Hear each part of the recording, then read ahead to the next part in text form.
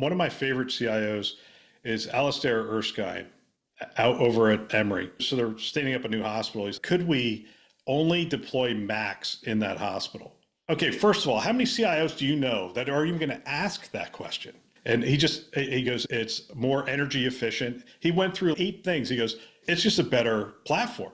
He goes, it would stand to reason that if I'm going to stand up a new hospital system, I should do this. So there's the imagination of, is it possible? And then it's courage, because the minute he says, I think we can do this, how many people do you think in healthcare said, that's a great idea?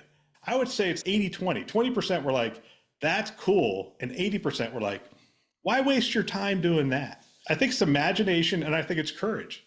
You have to have the courage to take the risk.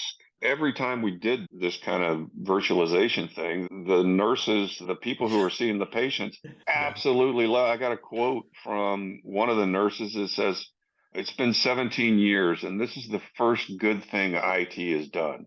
And that was just bringing virtualization. And maybe CIOs were looking out at the business, trying to integrate with the business a bunch. Whereas if we looked inside and saw, how can we help the business do better with what we have?